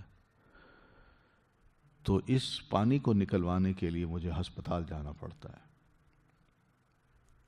تو وہ نکالتے ہیں، اور نکال کے پھر اس کے بعد وہ صفائی کرتے ہیں، گردوں کی صفائی کرتے ہیں، کہ کسی طرح نالیوں کی صفائی کرتے ہیں کہ اس میں پانی جم گیا ہے، اور پانی کے اپنے اثرات جو ہیں وہ مختلف جو نالیاں ہیں پیشاب کی اس میں جم گیا، جس کی وجہ سے یہ رکاوٹ بڑھتی جا رہی ہے، تو وہ صاف کر دیتے ہیں۔ تو اس صفائی کے بھی وہ کئی ہزار روپے لیتے ہیں۔ تو کہنے لگے کہ میں نے جب یہ ساری اس کی حالت سنی تو میں کھڑا ہو کے رونے لگ گیا، میں نے کہا یا اللہ تیرا شکر ہے کہ مجھ پر گیس نہیں لگی ہوئی، میں تو مفت میں یہ ساری سانس لے رہا ہوں، پانی پیتا ہوں تو مجھے صفائی کے لیے ہاسپٹل نہیں جانا پڑتا، ایک گردے تو نے دے رکھے ہیں، یہ سارے صاف ستھرا کر کے اس کو پانی کو نکال دیتے ہیں۔ اللہ تیرا شکر ہے۔ تو یہی وہ چیز ہے جو انسان چھوٹی چھوٹی نعمتوں کو اگر کاؤنٹ کرے تو واقعی اللہ تعالیٰ نے بے شمار نعمتیں ایسی دے رکھی ہیں جس پر ہمارا کوئی خرچہ نہیں ہوتا، لیکن بیمار سے پوچھا جائے نا تو وہ ایک ایک چیز کے بارے میں تفصیل سے بتاتا ہے، میں دوائیاں کھاتا ہوں یہ خرچہ ہوتا ہے، سانس لیتا ہوں آکسیجن کا یہ خرچہ ہوتا ہے، ڈاکٹر کے پاس جاتا ہوں وہاں وہ صفائی کرتے ہیں اس کا یہ خرچہ ہوتا ہے۔ تو ان تمام اخراجات سے ہم بچے ہوئے ہیں۔ تو آدمی چھوٹی چھوٹی چیزوں کو اگر کاؤنٹ کرے نا اور تکلیف زیادہ مریض کو دیکھے تو پھر اس کو احساس ہوتا ہے کہ واقعی اللہ تعالیٰ نے مجھ پر بڑی مہربانی کر رکھی ہے۔ وَوَرِثَ سُلَيْمَانُ داود، اور وارث بنے سلیمان داؤد علیہ السلام کے، وقالا، اور اس نے کہا یا ایھا الناس، اے لوگو۔ تو سیدنا داؤد علیہ الصلوۃ والتسلیم کے بعد جناب سلیمان علیہ السلام اپنے والد کے وارث بنے۔ تو یہ وراثت دو چیز کی تھی، ایک بادشاہت کی تھی اور دوسری نبوت کی تھی، یہ معنی ہے اس کا۔ جائیداد کے وارث نہیں تھے، جائیداد کی بات ہی نہیں ہے، کیونکہ داؤد علیہ الصلوۃ والتسلیم کی تقریباً 100 بیویاں تھیں۔ اگر جائیداد کی بات ہوتی تو پھر بیویوں کا بھی حق بنتا تھا، ان کا بھی نام لیا جاتا، اور اسی طرح سیدنا سلیمان علیہ السلام کے اور بہت سے بھائی بھی تھے، کہ وہ اکیلے نہیں تھے۔ تو یہ ورث سلیمان و داود، اس کا یہ مطلب نہیں ہے کہ اس بیٹا جو ہے داؤد کے بعد نبوت اور بادشاہت کا وارث بنا ہے۔ تو بہرحال سیدنا داؤد علیہ السلام کے بعد سلیمان جب بادشاہ بھی بنے اور نبی بھی بنے تو انہوں نے لوگوں سے کہا یا ایھا الناس، لوگو علمنا منطق الطیر، اللہ کی بڑی مہربانی ہے کہ ہم سکھائے گئے ہیں بولی پرندوں کی، پرندوں کی بولی میں سمجھتا ہوں، اللہ نے مجھے یہ سکھا دی ہے۔ وَأُوتِينَا مِن كُلِّ شَيْءٍ، اور دیے گئے ہم ہر چیز ضرورت کی، یعنی جو بھی ضرورت تھی، جو بھی اللہ تعالیٰ نے اس بادشاہت کو چلانے کے لیے مجھے ضرورت ہو سکتی ہے، اللہ تعالیٰ نے ہر شے مجھے ضرورت کی عطا کر دی ہے۔ ان ھذا لہو الفضل المبین، یقیناً یہ اللہ کا بہت واضح فضل ہے جو اس نے خاص طور پر مجھ پر مہربانی کی ہے۔ تو اللہ کی ان انعامات کو پا کے سیدنا سلیمان علیہ السلام اعتراف بھی کر رہے ہیں کہ اللہ کا بہت بڑا فضل ہے، اور اپنی حیثیت کو بھی بتا رہے ہیں کہ میرا کوئی اس میں کمال نہیں ہے، یہ اللہ کی مہربانی ہے، اور لوگوں کو بھی یہ بتا رہے ہیں کہ دیکھیے یہ ایک بہت بڑا معجزہ ہے جو اللہ تعالیٰ نے مجھے سمجھایا ہے، بتا دیا ہے کہ پرندے جب آپس میں بات کرتے ہیں تو میں ان کی گفتگو کو سمجھتا ہوں، اور گفتگو الفاظ کی صورت میں ہوتی ہے، مگر یہ گفتگو جو ہے یہ الفاظ کی صورت میں نہیں ہے۔ دیکھیے ایک ہے مثلا ایک ہے کہ میں آؤں، اور ایک ہے میاؤں۔ اب میں آؤں تو سمجھ آتا ہے، لیکن میاؤں کیا ہے بھائی؟ یہ تو بلی کی آواز ہے۔ مگر جناب سیدنا سلیمان علیہ السلام ان الفاظ کو بھی سمجھتے تھے، اور ہم سب جانتے ہیں کہ کلام جو ہم گفتگو کرتے ہیں اس کے دو طریقے، دو قسمیں ہیں اس کی۔ ایک وہ کلام ہوتی ہے میں بولوں آپ کو سمجھ آ جائے، کہ میں جو لفظ کہیں آپ کی سمجھ میں آ گئے ہیں، اور ایک وہ کلام ہوتی ہے یا ہوتا ہے، الفاظ وہ ہوتے ہیں جو میں بولوں آپ کو سمجھ نہ آئے۔ مثلا ایک یہ ہے کہ میں کہوں زندہ باد، اور دوسرا کہوں اب یہ کیا ہے؟ یا یوں کہوں، یعنی مثلا دوست ووست، دوست تو سمجھ آتا ہے، ووست کیا ہوتا ہے؟ گپ شپ، اور گپ تو ہوتی ہے لیکن شپ کیا ہوتی ہے؟ ہوتا نا۔ اسی طرح سیر سور، تو سیر تو کر لی ہوئی، سور کیا ہوتا ہے؟ وہ نہیں، جانور نہیں مراد ہوتا، بلکہ سور، ایسے ہی لفظ بول دیتے ہیں۔ تو ایسے الفاظ وہ ہوتے ہیں جن کا کوئی معنی نہیں ہوتا، لوگ سمجھتے نہیں ہیں، تو اس کو کہتے ہیں، پہلی بات جو سمجھ آ جائے اس کو کہتے ہیں جملہ مفیدہ، اور جو دوسرا جملہ جو انسان بولتا ہے جس کی کوئی سمجھ نہیں آتی اس کو کہتے ہیں جملہ غیر مفیدہ۔ یہ میں نحو پڑھا رہا ہوں اب آپ کو۔ تو جملہ مفیدہ اور غیر مفیدہ یہ انسانی کلام میں ہوتا ہے۔ تو جناب سلیمان علیہ السلام کو اللہ تعالیٰ نے جملہ مفیدہ بھی سمجھا دیا تھا کہ انسان جب بات کریں تو آپ ان کے الفاظ کو بھی سمجھ سکتے ہیں، اور جملہ غیر مفیدہ وہ ہے جو کہ جانور بولتے ہیں، پرندے بولتے ہیں، جن کے کوئی الفاظ نہیں ہیں، آواز ہے، تو اس آواز کو بھی وہ سمجھ جاتے تھے کہ یہ جانور کیا کہہ رہا ہے، کہ یہ پرندہ کیا کہہ رہا ہے۔ تو یہ ہے کہ سلیمان علیہ السلام سب کچھ سمجھتے تھے۔ وَأُوتِينَا مِن كُلِّ شَيْءٍ، اور ہم دیے گئے ہر شے، یعنی اللہ تعالیٰ نے ساری خیرات، سب بھلائیاں، ان کے دروازے ہمارے لیے اب کھول دیے ہیں۔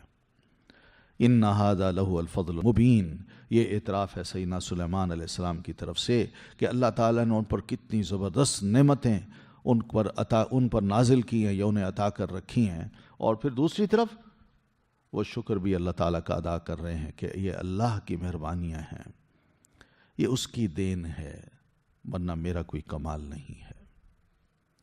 یہ کھلا واضح قسم کا اس کا فضل ہے جو اس نے مجھ پر کیا ہے، اور یہ بالکل کہنا چاہیے، جیسے نبی علیہ السلام فرمایا کرتے تھے کہ انا سید ولد آدم ولا فخرا، میں آدم کی اولاد جتنی بھی ہے نا ان سب کا ہیڈ ہوں، بڑا ہوں، سردار ہوں، مگر کوئی فخر کی بات نہیں ہے کہ میں اس پہ اکڑوں، یہ بھی عاجزی ہے۔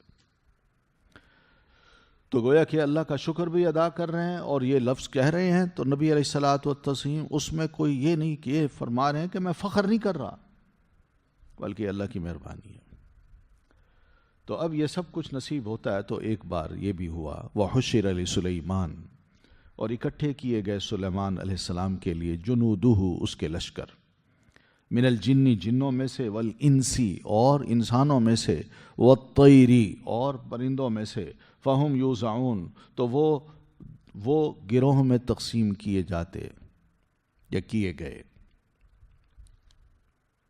یعنی سلیمان علیہ السلام نے اپنے سارے جو ماتحت انسان تھے، جن تھے، پرندے تھے، ان سب کو کہا کہ اکٹھے ہو جاؤ.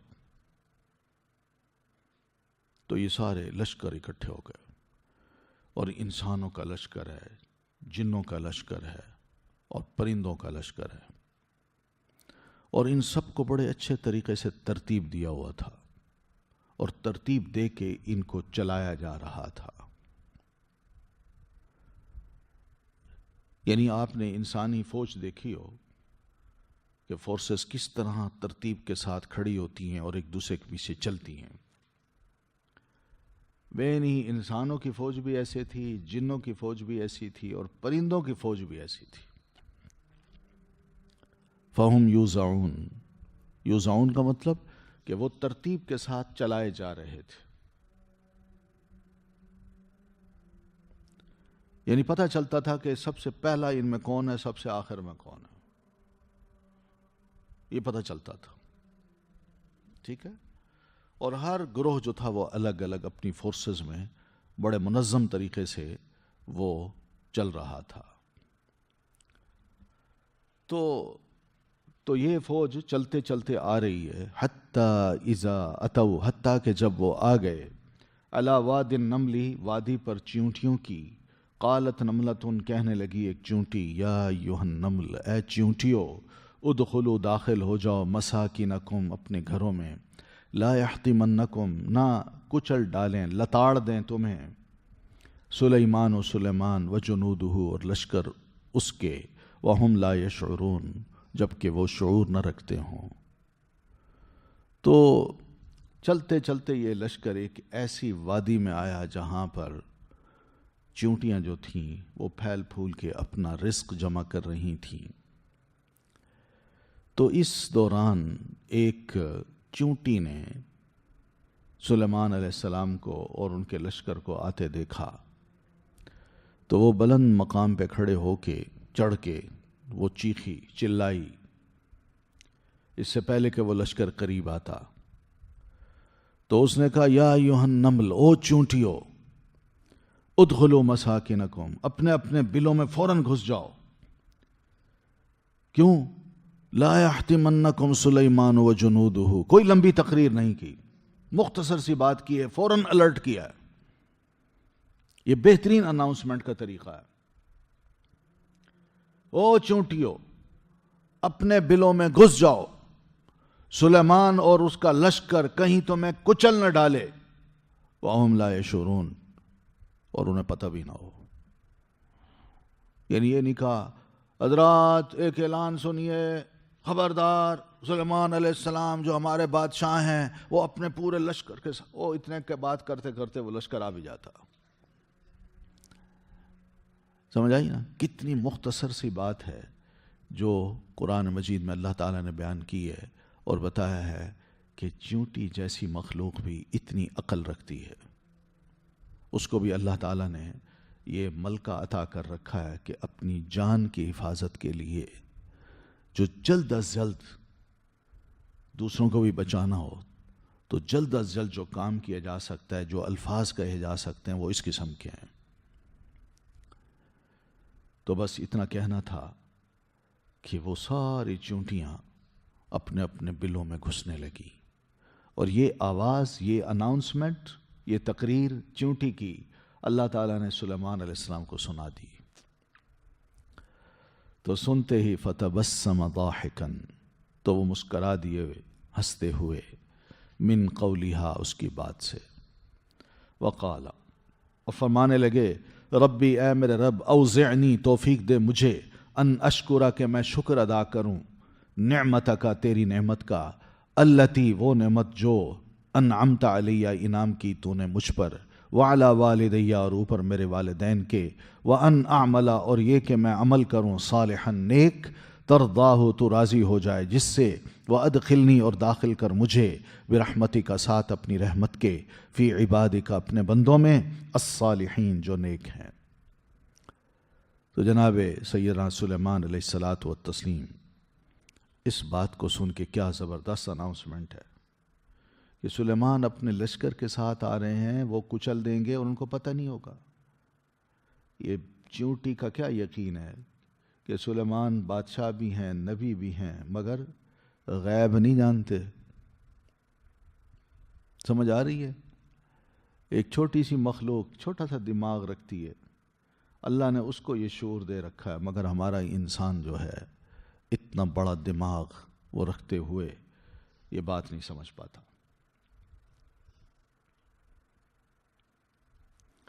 اور سلیمان علیہ السلام کو اللہ تعالیٰ نے اس کی یہ بات سنا دی کہ سنو سلیمان۔ کیوں سنوائی؟ اس لیے کہ چونٹیاں تمہارا تذکرہ کر رہی ہیں، تمہاری بادشاہت اتنی زبردست ہے؟ نہیں، بلکہ آزمائش کے لیے کہ چونٹی اگر تمہارا نام لے رہی ہے تو تم اب کس قسم کے بادشاہ اپنے آپ کو سمجھتے ہو؟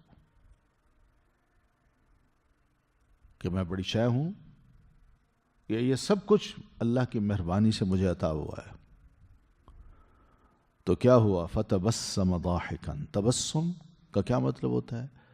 مسکراہٹ، یعنی ایسی مسکراہٹ جس سے انسان کے ہونٹ جو ہے ذرا تھوڑے سے پھیل جائیں۔ اور ضاحک ضحک سے ہے، ضحک کا مطلب ذرا ہنسنے کی آواز ہو، تو مسکرائے بھی صحیح، ہنسے بھی صحیح۔ سیدنا سلیمان علیہ السلام اس بات کو سن کے مسکرائے، یعنی خوشی ہوئی ان کو، اور پھر اس کے اس خطاب کو سن کے ہنسے بھی صحیح۔ کیا زبردست ذہین چونٹی ہے، کیا اس نے اعلان کر دیا ہے، کس طرح اس نے کہا ہے کہ داخل ہو جاؤ اپنے مساکن میں، اپنے بلوں میں، سلیمان اور اس کا لشکر کہیں تمہیں کچل نہ ڈالیں اور ان کو پتہ بھی نہ چلے۔ ان کا کیا قصور ہوگا؟ قصور تو ہمارا ہوگا، ہم دیکھ رہی ہیں آ رہے ہیں تو ہم پھر بھی بیچ میں رہیں، نہیں فوراً گھس جائیں ہم۔ تو سیدنا سلیمان علیہ الصلاۃ والتسلیم اس کی یہ اعلان کو سن کے، اس کی یہ بات کو سن کے ہنسے اور مسکرائے۔ وقالا، اور سنتے ہی بس دھیان اس طرف کیا، یہ میری بادشاہت کا کمال نہیں ہے بلکہ میرے رب کا سب کچھ عطا کردہ ہے۔ تو فوراً دعا کرتے ہیں، کہتے ہیں ربی اوزعنی، میرے مولا اوزعنی مجھے توفیق دے، ان اشکرا کہ میں شکر کروں، نعمتک التی انعمت علی، اس نعمت کا جو تو نے مجھ پر انعام کی ہے۔ وہ کیا نعمت ہے؟ یعنی نبی بھی بنایا اور بادشاہ بھی بنا، مگر بادشاہ بھی ایسا بنایا جو ایسی بادشاہت نہ ماضی میں کسی کے پاس تھی اور نہ اس وقت کسی کے پاس ہے، کہ چونٹیاں بھی اس کا نام لیتی ہوں، پرندے بھی اس کے پابند ہوں حکم کے، اور جن بھی اس کے انڈر ہوں۔ کیا زبردست بادشاہت ہے۔ اللہ مجھے توفیق دے کہ میں تیری ان نعمتوں کا ہر وقت شکر ادا کرتا رہوں، اور پھر جو تو نے میرے والدین پر کی، میرے والد محترم سیدنا داؤد علیہ الصلاۃ والتسلیم کو بھی تو نے نبی بنایا، ان کو بھی اسلام اور ایمان کی نعمت نوازی، وہ بھی تیرے عاجز بندے تھے، وہ بھی بادشاہت پا کے اکڑے نہیں تھے۔ وَأَنْ أَعْمَلَ صَالِحًا، اور یہ بھی توفیق عطا فرما کہ میں عمل کروں نیک، ترضاہ، ایسے عمل جس کو میں کروں اور تو اس سے خوش ہو جائے، ترضاہ، جن کو تو پسند کرتا ہو۔ اللہ مجھے ایسے عمل کرنے کی بھی توفیق عطا فرما، وَأَدْخِلْنِي بِرَحْمَتِكَ، اور داخل کر دے تو مجھے اپنی رحمت کے ساتھ، فی عبادک الصالحین، اپنے نیک بندوں میں۔ یہ کون ہیں؟ انبیاء اور مومن، بس جن کو تو نے اپنی رسالت کے لیے چنا، اپنی وحی کے لیے منتخب کیا۔ اللہ تو مجھے ان میں شامل کر دے، اور وہ جنت میں ہیں تو میں بھی ان کے ساتھ جنت میں داخل ہو جاؤں۔ وَتَفَقَّدَ الطَّيْرَ، اور گم پایا، وَتَفَقَّدَ، اور اس نے جائزہ لیا، الطَّيْرَ، پرندوں کا۔ پرندے سب فوج کی صورت میں ایسے جا رہے ہیں، تو سیدنا سلیمان علیہ الصلاۃ والتسلیم نے ایک نظر دوڑائی پرندوں پر ایسے، تو دیکھا، فقالا، تو فرمانے لگے، مالی، کیا ہے مجھے، لا اری الہدہدا، نہیں میں دیکھ پا رہا ہدہد کو، ام کان من الغائبین، یا ہے وہ غائب ہونے والوں میں سے۔ یعنی پرندے سب موجود ہیں، ہدہد کہاں ہے؟ نظر نہیں آ رہا مجھے۔ یا اس نے میرے حکم کی نافرمانی کی ہے اور اس نے کہا اس لشکر میں جانے کی ضرورت نہیں ہے. کہاں ہے وہ؟ لَأُعَذِّبَنَّهُ، البتہ میں ضرور سزا دوں گا اسے، عذاباً شدیداً، سخت سزا. یعنی حکم ہو بادشاہ کا کہ سب پرندے چلیں اور یہ پیچھے رہ جائے. ہدہد ہے کہاں؟ میرا فرمان اس تک نہیں پہنچا، اور اگر پہنچا ہے تو پیچھے کیوں رہا ہے؟ کیا سمجھتا ہے وہ اپنے آپ کو؟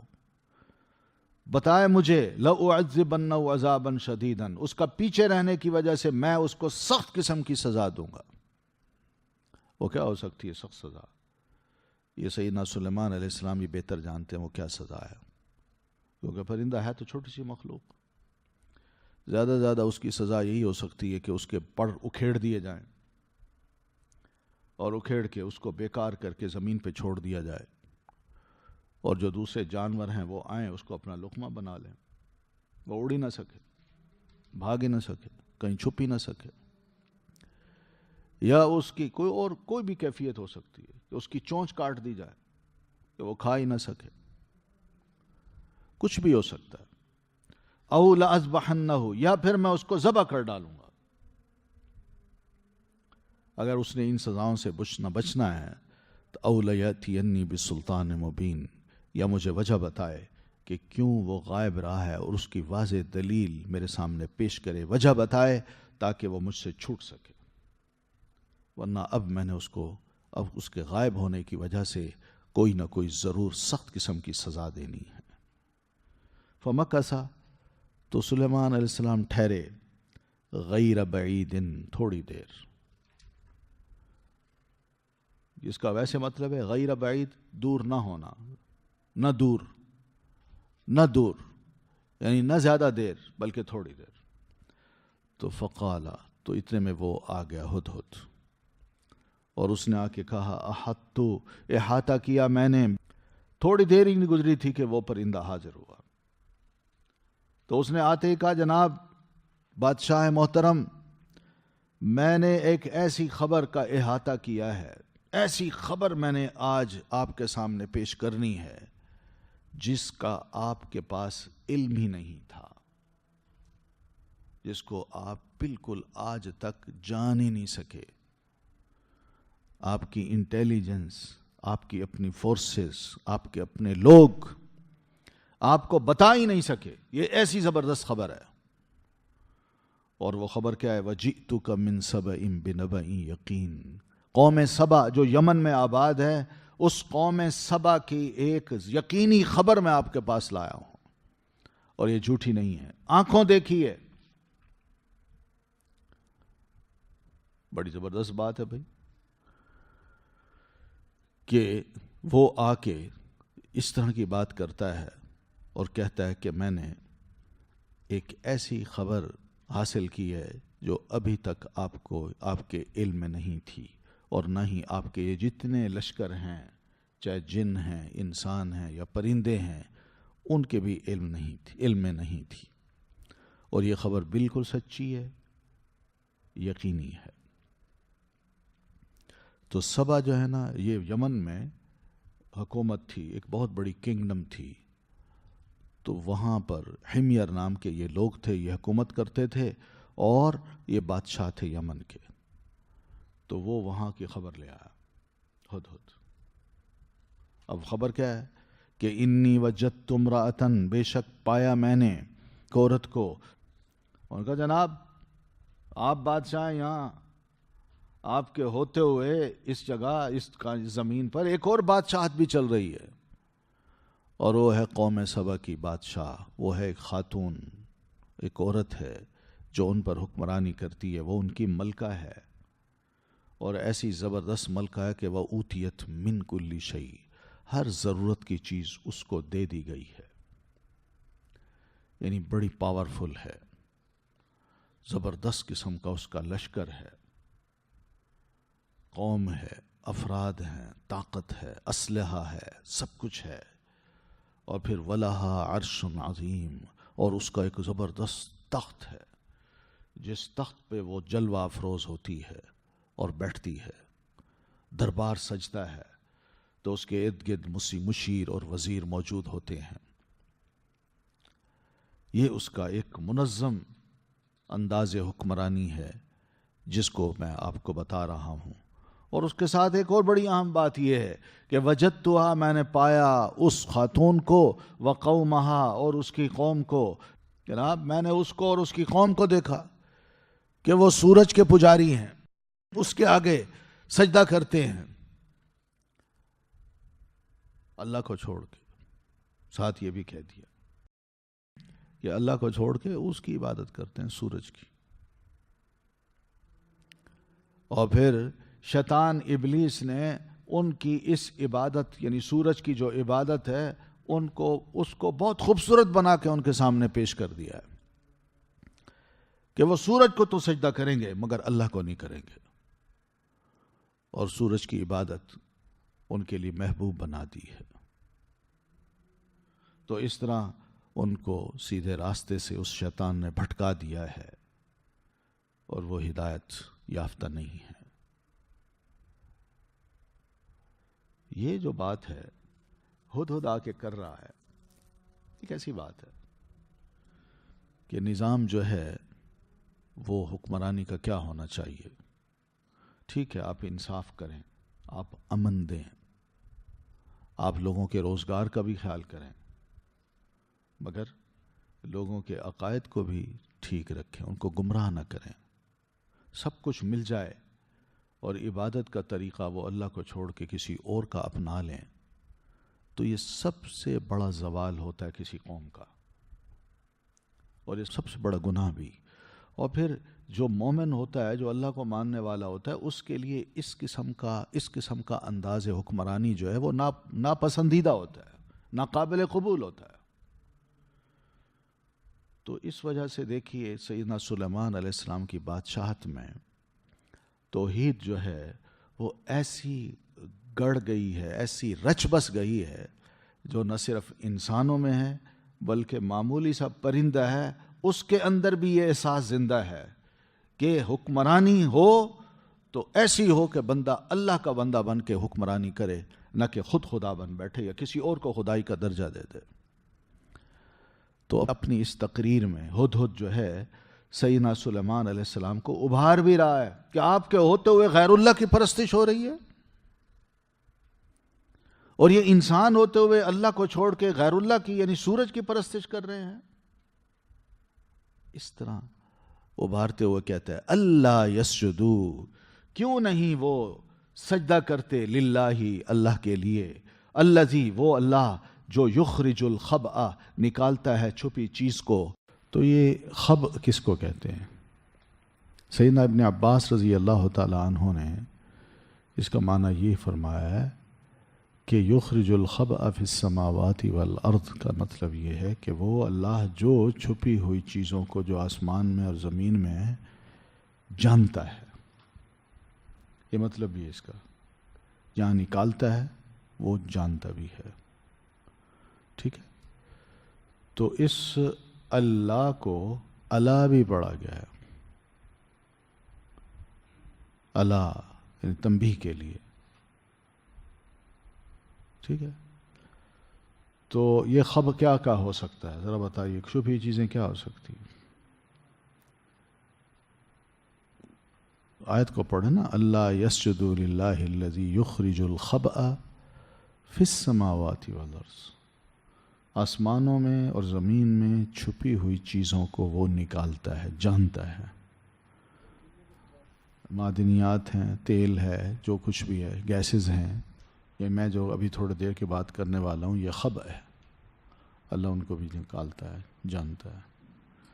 اسی طرح بادل ہیں، بارش ہے، ٹھیک ہے، اور پھر اسی طرح جب بارش برستی ہے تو اس سے رزق نکلتا ہے. یہ رزق کس کس کا ہے اللہ وہ بھی جانتا ہے. تو زمین سے نکلنے والی بہت کچھ چیزیں جو ہیں وہ سب یہ خبأ میں آتی ہیں. ٹھیک ہے، بہرحال اس سے مراد کیا ہے؟ ہر وہ مخفی چیز جو آسمانوں میں ہے، زمین میں ہے، چاہے وہ معمولی سی ہے یا بڑی سی ہے، ہماری آنکھوں سے غائب ہے اللہ اس کو جانتا بھی ہے اور یہ بھی جانتا ہے کہ میں اس کو کب نکالوں، وہ سب علم رکھتا ہے اس کا، ٹھیک ہے نا۔